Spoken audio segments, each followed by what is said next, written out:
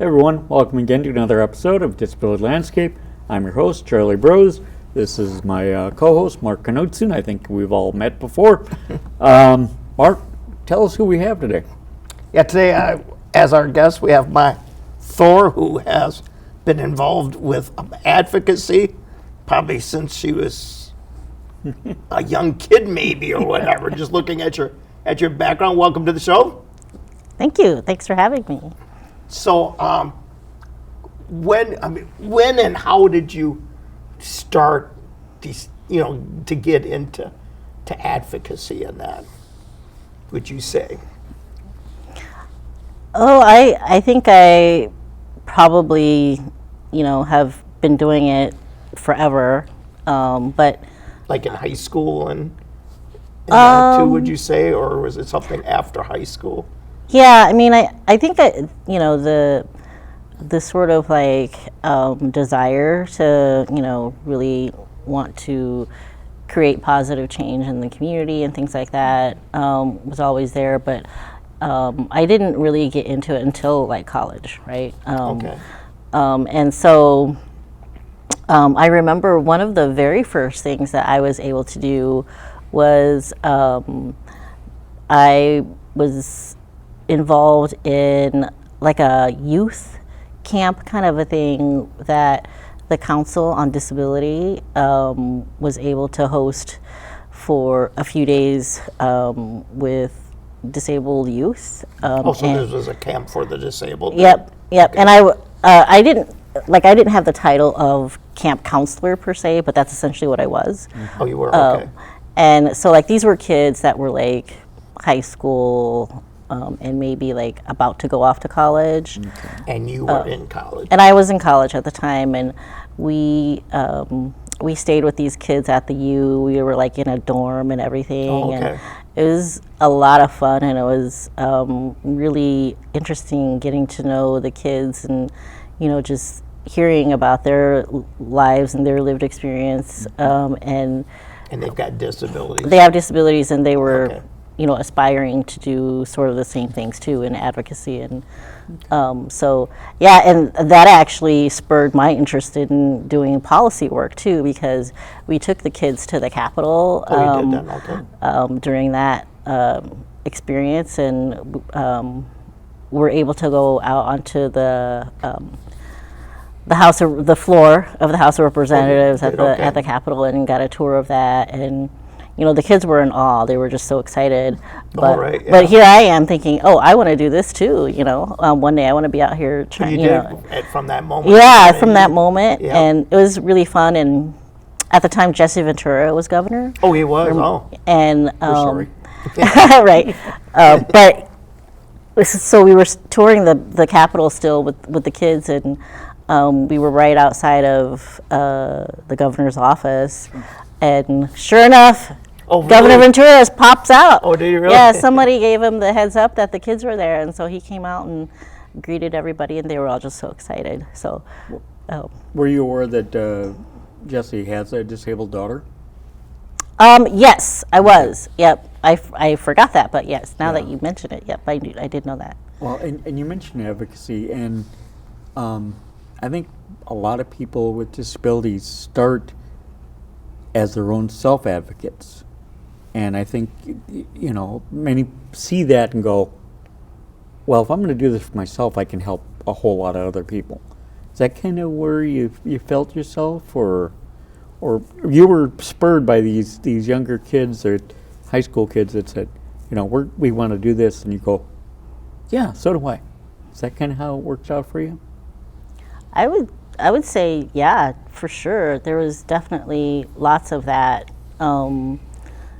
because I think probably lots of folks with disabilities can identify with, the need to be able to advocate for yourself and be informed and navigate various systems, right? That can be really confusing and intimidating, right? Mm-hmm. And I think nobody knows yourself better than you, Sure. right? Yeah. I mean, it's great to have allies and a good support system Right. with family and friends and stuff. But you know, one thing that I think that folks with disabilities often experience is like they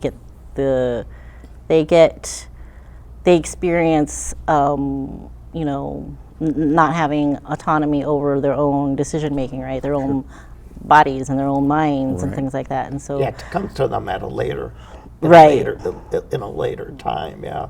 yeah, so so yeah, absolutely. I think a lot of it had to do with that for sure. And but then, you know, also what you said about like, you know, once you learn how to do that for yourself, then you want to be able to help others to do that also for themselves, right? And so that's definitely a big part of the you know, why I do Right. why I've been doing the advocacy that the I've done. process of becoming an advocate like that. Yeah. Yeah, in my, you know, own, you know, history, it's seeing a problem and then going, I have to address that problem. With me, it was disabled sports, adapted sports, because there are so many kids in the high school level who can play through sanctioned sports, but once they graduate, they don't have anywhere to go. They don't have. So I created a program that gives them a place to go, and that, you know, that's how I advocate for the people I know. Yep. Now, when you were in college, what did you go to college for then? Well, not the food. No, I'm kidding. No. Yeah, I was trying to think of something. So I went to Augsburg University for my undergraduate degree, and Okay. I majored in communications. Okay. And then I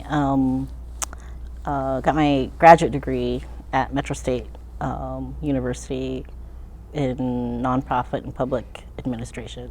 Oh, cool. So, yeah. So you met Kristen Burgess then? Yes. Yep. Yep. Yeah, so Kristen wasn't there Yeah, when I I was was gonna say there. she wasn't there. Yeah. At that point. Yeah. Yeah, at but that point. she and I definitely know each other. Yeah. Oh, that's good. Yeah, because she's at Metro. She's been at Metropolitan. Yeah, she's Yep. been at Metro State now for a while. and Yeah. Yeah. Oh gosh, I was in graduate school years and years ago, so yeah, that's Yeah. decades That's ago. us too. yeah. I thought there was probably a little bit of a little bit of a gap between you two. Yeah. And that, so. Yeah. So you're associated with the Bush Foundation. Can you tell us a little bit about that? Sure. So so I am a 2021 Bush Fellow, Okay. and We're not worthy. We're not. a tiny bit of background about the Bush Foundation Yeah. is, you know, they are a philanthropy group. They're a nonprofit that provides funding to really amazing, you know, initiatives and projects and organizations throughout Minnesota. And a lot of that is focused on, you know, our BIPOC communities, the indigenous community, and, you know, building up sort of like, you know, addressing like social justice stuff or just other innovative community like led efforts. And so, you know, Bush has been around for ages, right? But it has nothing to do with. Our former presidents. No, different. Right, yeah, because Different Bush. Different Bush. That's what I assumed when I first saw that. Yeah. Looking at your background, I first went with the President Nope, Bush. has nothing to do with George Bush. Yeah, so it's actually connected with someone at 3M, correct? Or Yeah, Archibald and his wife Ethel, I want to say, Bush, who and so like Archie, I think is what he typically went by. Yeah. Yeah, he started the Bush Foundation Okay. after his connection with 3M. It's, you know, Yeah. apparently like he helped 3M come through a difficult financial time and, you know, increase its profits and stuff. And so after he became a millionaire, he started all this charitable work. And so, you know, that was Bush. And it's been going ever since. And so it's really great that his legacy continues through this work. Okay. And so with the Bush Fellowship Program, which is a part of the Bush Foundation, it's an annual program that people in Minnesota and in surrounding states like North Dakota, South Dakota, and the federally recognized tribes can apply for each year. And it's a 2-year fellowship program. And so since I was selected in 2021, I'm actually on the last leg of my fellowship. I'll finish mine in August, this coming August. And it's gone so fast, right? It it's like watching your kids grow in front of your eyes, go so fast. So it's been an amazing experience, a really wonderful, life-changing, impactful experience, and I'm always telling people how truly blessed and lucky I am to have had this once-in-a-lifetime opportunity, because I know not a lot of people get to have it, right? Because how many people do they take each year? I want to say it's usually every year it's a cohort of about 25 fellows who get chosen. And it's all, all kinds of folks, right? All kinds of backgrounds. All kinds of backgrounds. Disability, able-bodied. Yep. And so, folks are, so the Bush Fellowship Program really is about, it's unique in the sense that it's not like, other fellowship programs where it's like research-based or project-based. It's really about you. And Bush is always like, we're giving you all this money because we want to invest in you. It's a leadership development fellowship, essentially. And what that means is that, Bush wants this opportunity for their fellows to really just be like, to envision yourself as the best version of yourself ever, without thinking about any of the barriers that you might come across or challenges or anything. Like, if you could just be like the most badass Mark that you could ever think of, that's what the Bush Fellowship is about, right? He peaked years ago. Yeah.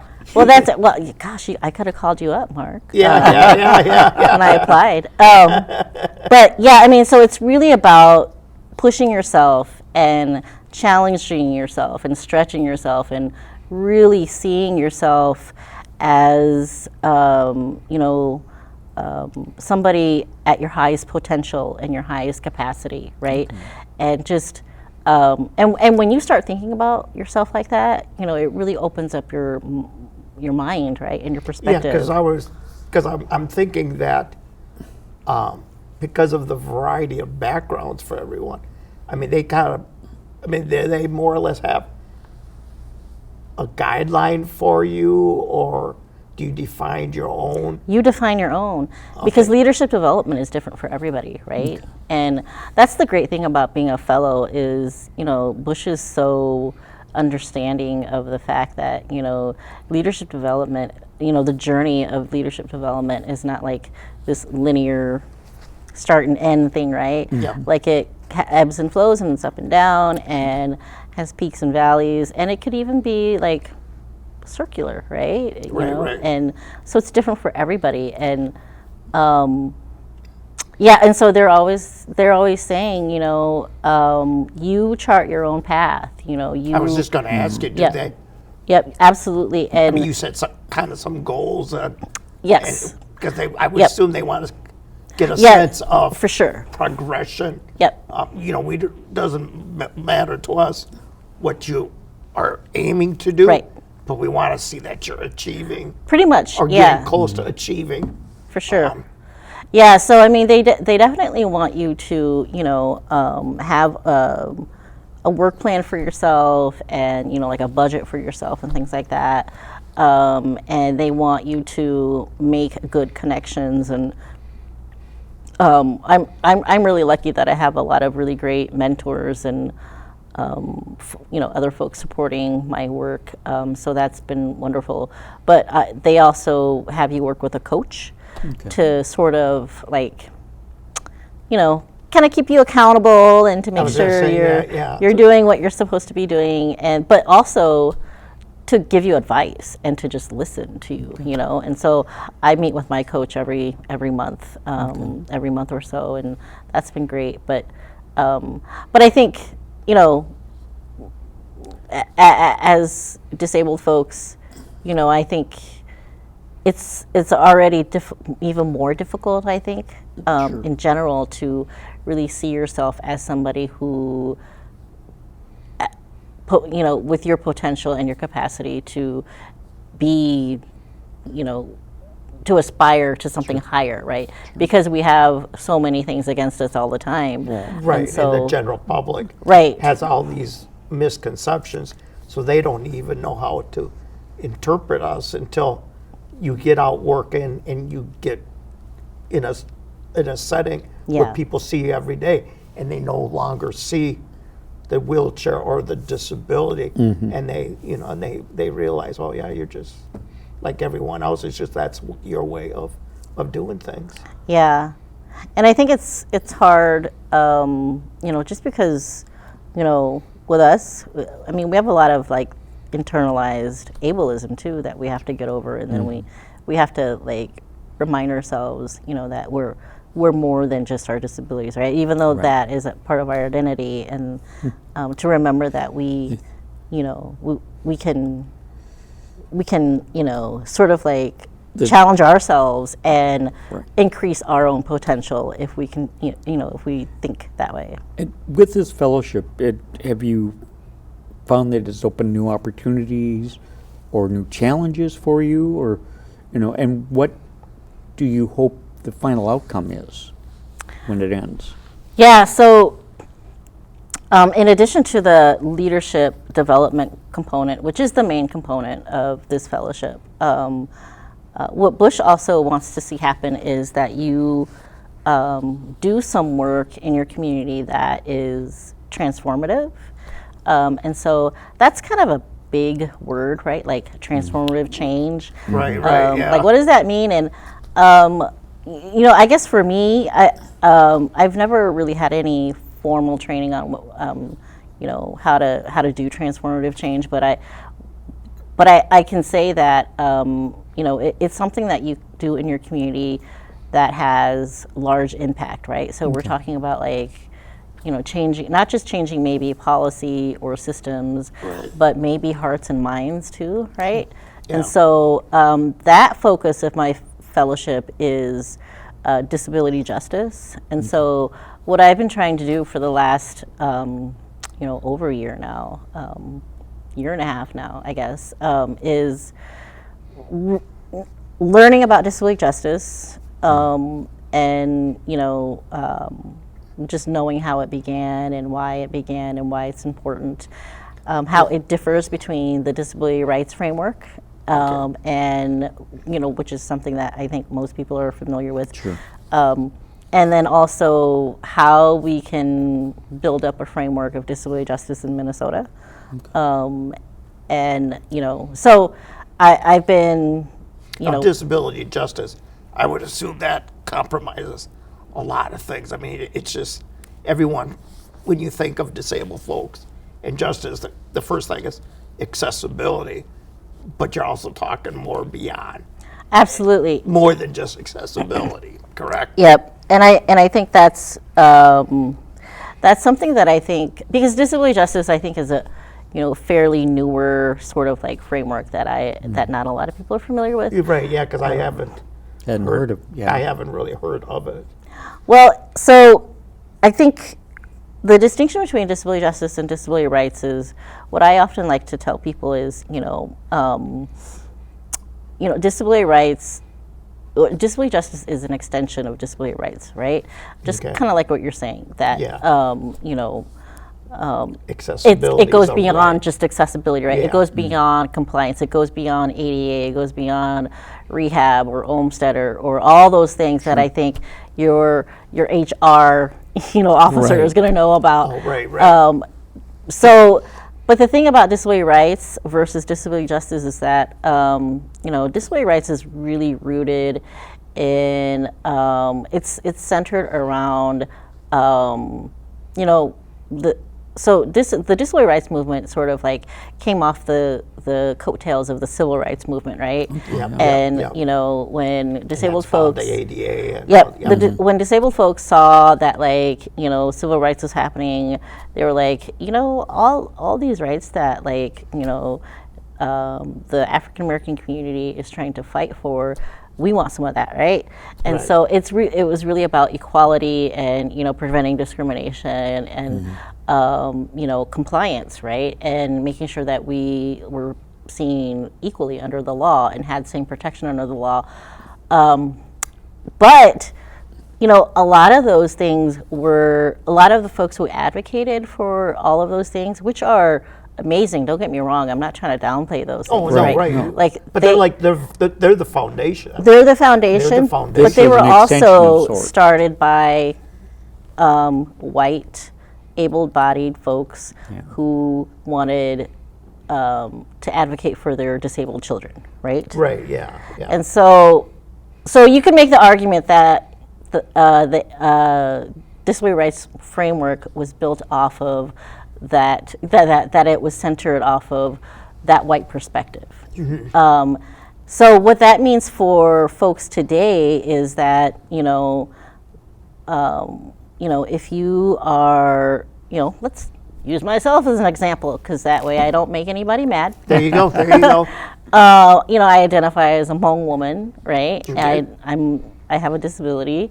I'm a single mom, and so, you know, is it Check. You're right. I check a lot of the boxes off, but is it just as easy for me to get supports and services, and to get a job and to get a good education as it is for my white disabled counterparts who, you know, reap the same benefits of the disability rights movement? Absolutely not. It's not, because the disparities still exist, right? Sure. Yeah. For folks who have multiple marginalized identities like myself and are also identify as disabled, it's still hard. It's still really hard, and there's no arguing against that, right? And so Right. that's what disability justice addresses, is that, you know, folks with disabilities are not monoliths, right? We're not just about, you know, the white perspective. We're many identities, all in one, and many of us have multiply oppressed identities. And, you know, it's about our value and worth, the fact that we are not disposable, and that, that we shouldn't be measured by our ability to produce or make money. So that's what disability justice is about. You know, it's about our inherent value, and the intersectionality that we all possess as humans, right? Right. Multiple identities, right? So, so that's kind of the distinction there. And the disability justice movement began really in the Bay Area in California. Right, exactly. Yeah. And it, you know, was originated amongst a bunch of BIPOC, queer, disabled folks who are like, yeah, the disability rights movement is wonderful, right? You know, I mean, life would really suck still without, you know, the disability rights movement, Right, without ADA, all those things, right? But we're still underserved. We're still being oppressed. You know, we're still oppressed. We're still marginalized because of all of these things, right? And so they started this movement, you know, the disability justice movement. And the great thing is that other communities throughout the U.S. have their own like disability justice collectives now. You know, who, like Chicago has a rich history of disability justice. Detroit does. Portland does. Toronto. You know, if you want to go even further to Canada, Toronto does. And I've been lucky as a fellow to have been able to visit some of these communities and meet with folks to talk about how did this work start in your community, right? And so I'm trying to kind of bring that information that I've been, you know, learning about as I meet with these folks in other communities to figure out how can we do similar work here in Minnesota? How can we start our own collective here in Minnesota to fit our own unique needs, right? Because Minnesota is a large Midwest state, right? Right. Oh yeah. Yeah. And Yeah. you know, in the metro is so different from the rural Yeah, and the rural. Yeah. Oh yeah. Yeah. but we want to be able to touch upon the things that matter most to everybody, no matter where you live, right? If Yeah. you identify as disabled, we want disability justice to be able to be something that you can be a part of and you can inform, because disability justice is definitely a community-informed movement. Absolutely. So that's what I've been working on for the last year. And what I'll also say is that disability justice is based off of 10 principles when its founders created it, and I don't remember every 10 off the top of my head. But what Dang, I was just going to ask you. what I will say is folks can go onto the Sins Invalid website, which I'm sure is like sinsinvalid.org or something like Yeah. that. We'll definitely add a link. Yeah, and learn more about these 10 principles. But one principle that I will talk about a little bit more is the 8th principle, which is interdependence. And I love talking about that particular principle because as we're trying to build up this framework for Minnesota, we want to honor these principles, right? And we want to continue, we're not trying to reinvent the wheel. We're trying to just make it fit our needs here in Minnesota, right? And interdependence is going to be super important because it's all about how we are, in community together, right? No matter what our ability level. Like we're all in this together, trying to achieve justice for everybody, that we should rely on one another and be allies for one another. Everything that you and I do impacts each other, right? And everybody around us. And that we're doing all of this work on land that belonged to Indigenous folks, and that we need to honor that and share that. And so, I think interdependence is just a really beautiful thing to remember as disability justice is being done, no matter where you are, right? So, I'll Well, I appreciate that.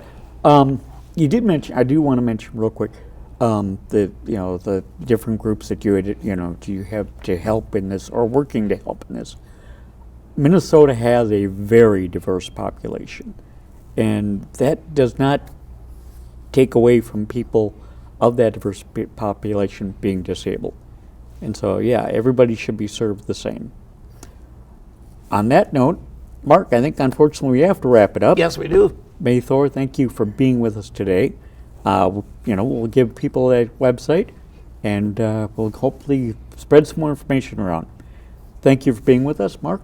Yeah, it's been, Maya, thank you for joining us. I'm glad we got the Bush thing straightened out because that's, sure everyone thinks if anything, I want you to, Highlight that's that the main part. takeaway. It's not Bush president related, Right. Bush 3M related. All right. Thank you so much. Thank you. I'm Charlie Bros. This is Mark Knutson. This has been Disability Landscape. We'll see y'all next time.